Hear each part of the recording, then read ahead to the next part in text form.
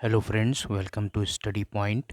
और आज हम लोग देखेंगे अवध पीजेंट्स मूवमेंट के बारे में। ये क्या था? तो अवध पीजेंट्स मूवमेंट क्या था? ये बाबा रामचंद्र के द्वारा लेड किया गया था, यानी ये उसके लीडर थे। ठीक है, अवध में जो भी पीजेंट्स थे उनको लीड जो कर रहे थे वो बाबा रामचंद्र कर रहे थे, जो कि एक सन्यासी थे। एंड ये फिजी जा चुके थे और एक इंडेंचर्ड लेबरर की तरह ये मतलब ये गए थे। इंडेंचर्ड लेबरर क्या होते थे? जो कि एक कॉन्ट्रैक्ट बेसिस पे जो लेबर होते थे वो इंडिया से फॉरेन या साउथ अफ्रीका या और कहीं पे जो भी कॉलोनीज़ होती थी ब्रिटिशर्स की, वहाँ पर भेजे जाते थे। ठीक है, और कॉन्ट्रैक्ट बेसिस पे कुछ 5 इयर्स के लिए या उससे ज़्यादा सालों के लिए भेजे जाते थे। तो ये वो थे। The movement here was again taluqdars. लेकिन यहाँ पर जो अवध की जगह पर जो मूवमेंट चलाया था इन्होंने, ये तालुकेदार्स के और लैंडलॉर्ड्स के विरोध में इन्होंने चलाया था। ठीक है, और तालुकदार कौन होते हैं? जो कि जिनके पास बहुत सारी ज़मीनें होती हैं, एक तरह से पुश्तैनी ज़मीनें। ठीक है, जो बहुत बड़ी मात्रा में इनके पास ज़मीनें होती हैं। अपनी ज़मीनों को ये लोग किराए पे देते हैं और उस पे टैक्स वसूलते हैं।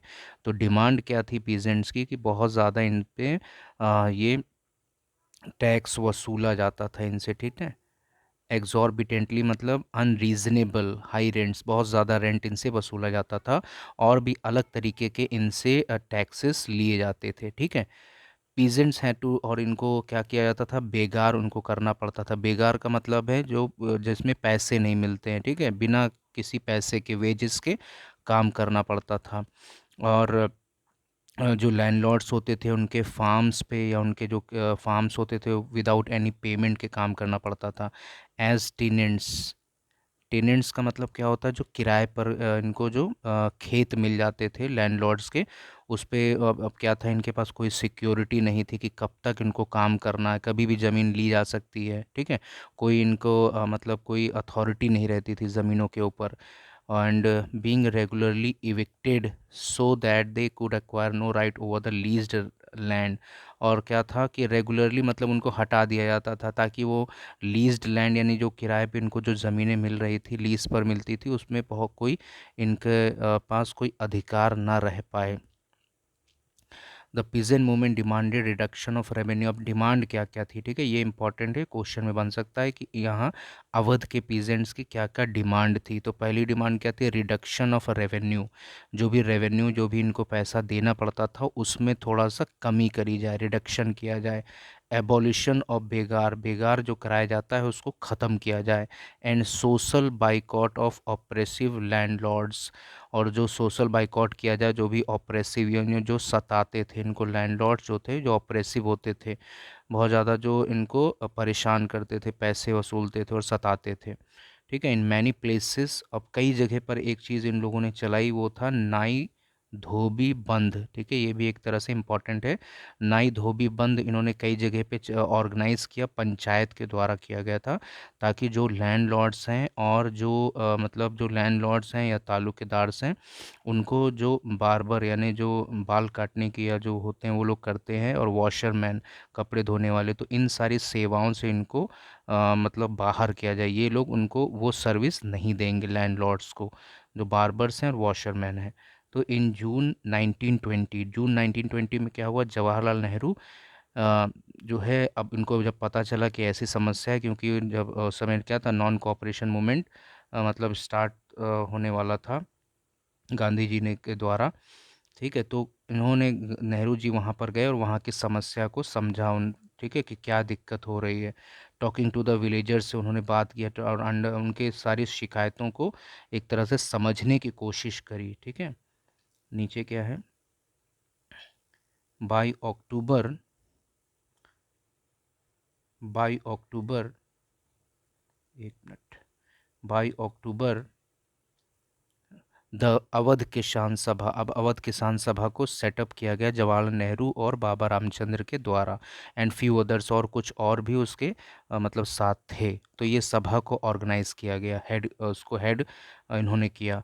एक महीने में ही उसकी 300 ब्रांचेस हो गई, पूरे गांव आसपास की जगह पे, जो भी गांव था उसके आसपास के क्षेत्र में ये फैल गई सभा।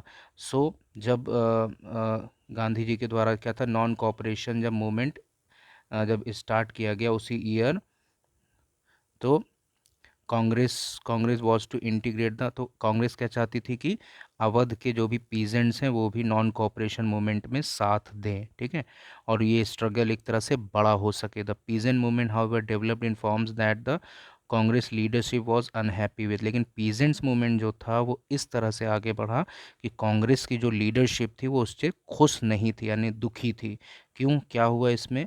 As the movement spread in 1921, अब जब मूवमेंट जो स्टार्ट हुआ 1921 में, द हाउसेस ऑफ तालुकेदार्स के जो घर थे, मर्चेंट्स जो थे उनके जो घर थे, उन सब पर अटैक कर दिया गया, बाज़ारों को लूट लिया गया, ग्रेन होर्ड्स यानी जो अनाज से भरी हुई जो मतलब गोदाम थे, या मतलब उसमें उसको क्या कर लिया गया, उसको ले लिया गया, लूट लिया गया।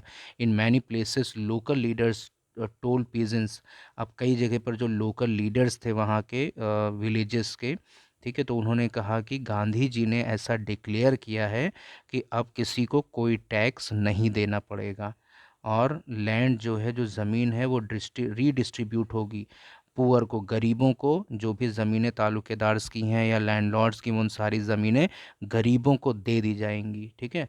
तो एक तरह से गांधी जी के नाम को इस तरह से मतलब एक जो चीज़ नहीं बोली गई थी उसको भी मतलब वो नाम लेकर के उन लोगों ने बोलना स्टार्ट किया, ठीक है। The name of the Mahatma was being invoked to sanction all actions and aspirations, यानी गांधी जी का नाम इस्तेमाल किया गया ताकि जो भी काम वो लोग कर रहे हैं वो सारी चीज़ें, ठीक है, उसको और बढ़ाने के लिए, ठीक है, ताकि उनको सपोर्ट मिल सके गांधी जी का।